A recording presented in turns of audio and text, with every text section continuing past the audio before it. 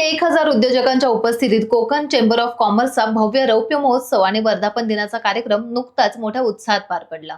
या कार्यक्रमाचे मुख्य अतिथी संजय यादवराव हे असून कार्यक्रमाला 100हून अधिक उद्योजक उपस्थित होते। या कार्यक्रमाला कोकणात पर्यटनाची क्रांती करणारे डॉक्टर चंद्रकांत मोकलही उपस्थित होते। त्यांनी टाइम्स डिजिटलशी संवाद साधत त्यांच्या कामाविषयी आणि कामात येणाऱ्या समस्यांविषयी माहिती दिली आहे।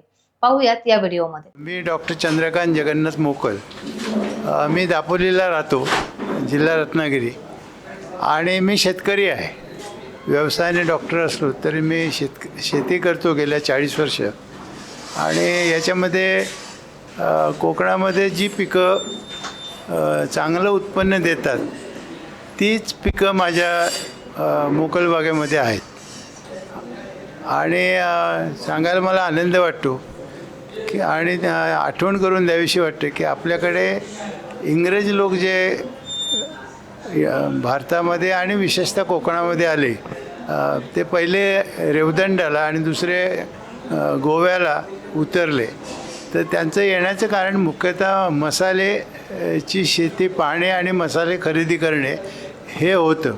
आणि म्हणून पूर्वंपार आपल्याकडे अनेक वर्ष मसाल्याची पिकं होतात। कोकणाचं जे हवामान आहे हे मसाला शेतीला अत्यंत योग्य आहे। हवामान त्याला दमट लागतं आणि थोडं उष्ण लागतं, ते हवामान आपल्याकडे आहे। आणि माती जी आहे कोकणामध्ये तीसुद्धा त्या पिकांना अतिशय योग्य आहे। दुसरं महत्त्वाचं म्हणजे जे पर्जन्यमान आहे कोकणामध्ये, जो पाऊस पडतो तोही मसाला शेतीला अत्यंत उपयोगी आहे।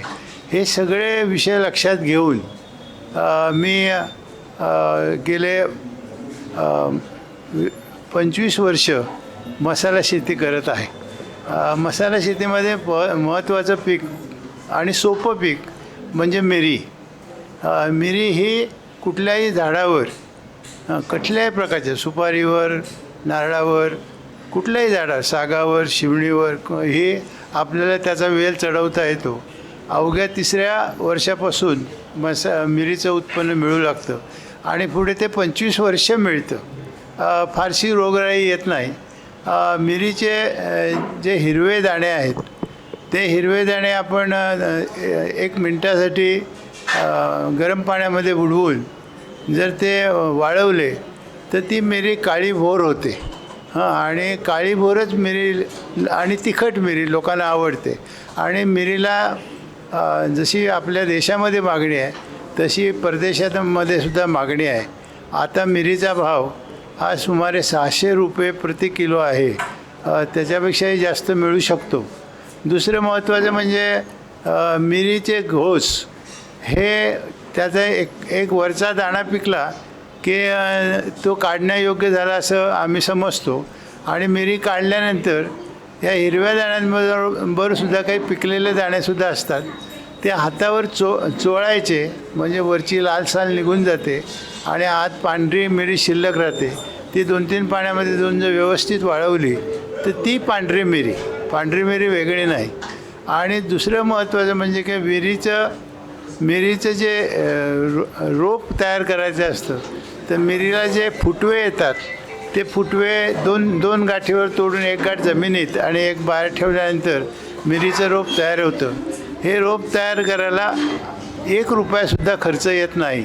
आणि मिरीला फारसं पाणी न लागल्यामुळे आपण जर मिरी सगळ्यांनी जर लावली तर फार मोठं उत्पन्न कोकणाला मिळू शकेल। दुसरं मसाला आहे दालचिनी। दालचिनीची गुटी कलमं करता येतात आणि गुटी कलमं करून ती जर आपण लावली तर अवघ्या 3 वर्षापासून त्याचं उत्पन्न येतं। जे दालचिनीचं झाड 3 वर्षाचं होईल ते बुंध्यापासून 1.5 फुटावर तोडून त्याचे 3-3 इंचाचे तुकडे करून त्याची साल काढली आणि व्यवस्थित ती वाळवली तर तिलाही प्रचंड भाव आहे। आणि तो सगळा हे दालचिनीचं उत्पन्न हे वर्ष म्हणजे सारखं येतच राहतं। आणि म्हणून अगदी सोपं आहे। त्याचं गुटी कलम करायला खर्चसुद्धा अवघा 1 रुपया आहे, हे आपण कृपया लक्षात घ्यावं। तिसरं पीक आपल्याकडे जे येतं ते जायफळ। ज्यांची नारळ सुपारीची बागायत आहे अशा शेतकऱ्यांनी कारण जायफळाला थोडी सावली लागते, ते सेमी शॅडो आहे, दुसऱ्याच्या सावलीत वाढतं आणि म्हणून त्याला नारळ सुपारीची ज्याची बाग असेल त्या बागेमध्ये जायफळ लावता येतील. जायफळामध्ये झाडांमध्ये नर मादी असते, मादीला फळं येतात, नराला येत नाही, पण नराचं फुलं ही पॉलिनेशनला अत्यंत आवश्यक आहेत आणि म्हणून ह्या अशा प्रकारेची त्या लागवड केली तर जसं जसं झाड वाढत जसं जसं उत्पन्नही वाढत जातं. माझ्या पाहण्यामध्ये एक असं झाड आलं की जे 60 वर्षाचं होतं आणि त्याच्यावर 5,000 जायफळं होती. ते झाड केळशीमध्ये होतं. दुर्दैवाने त्या परवाच्या वादळामध्ये पडलं. पण माझ्याकडे सुद्धा, मी जायफळाचा मोठा शेतकरी आहे, माझ्या सुपारी आणि नारळाच्या बागेमध्ये जवळजवळ 1,000 जायफळाची झाडं आहेत आणि चांगलं उत्पन्न देतात. जायफळाचं जे फळ येतं त्या फळाच्या मध्यभागी जायफळ असतं, जे आपण 5-6 रुपयाला विकत घेतो, जे काळ्या रंगाचं असतं.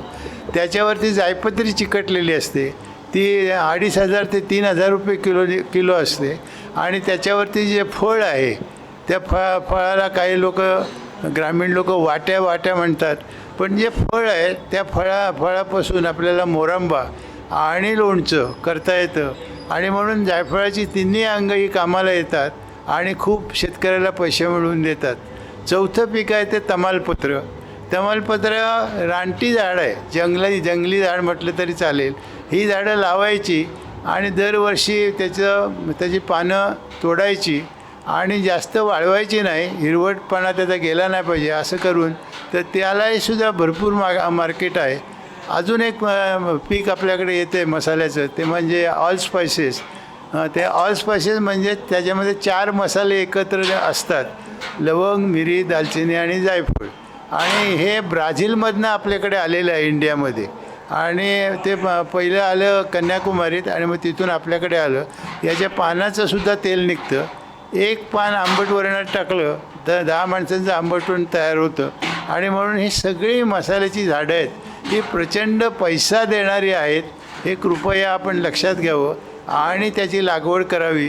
अगदी मिरीचा वेल हा लोक मजा म्हणून कुंडीत लावतात आणि घरामध्ये ठेवतात आणि मिरीचं उत्पादन घेतात.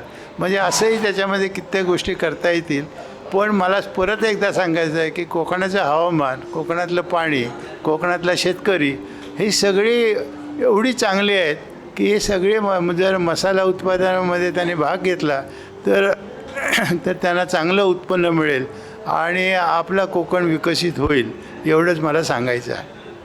टाइम्स डिजिटलला लाईक करा, सबस्क्राईब करा, शेअर करा आणि बेल आयकॉन दाबायला विसरू नका. पाहत रहा टाइम्स डिजिटल.